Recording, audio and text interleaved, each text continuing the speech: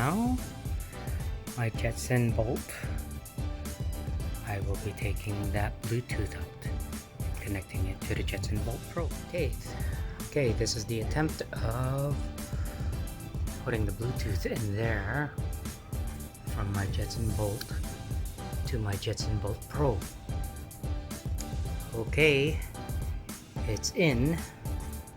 Now let's see if we can connect it and see what happens. Now I'm getting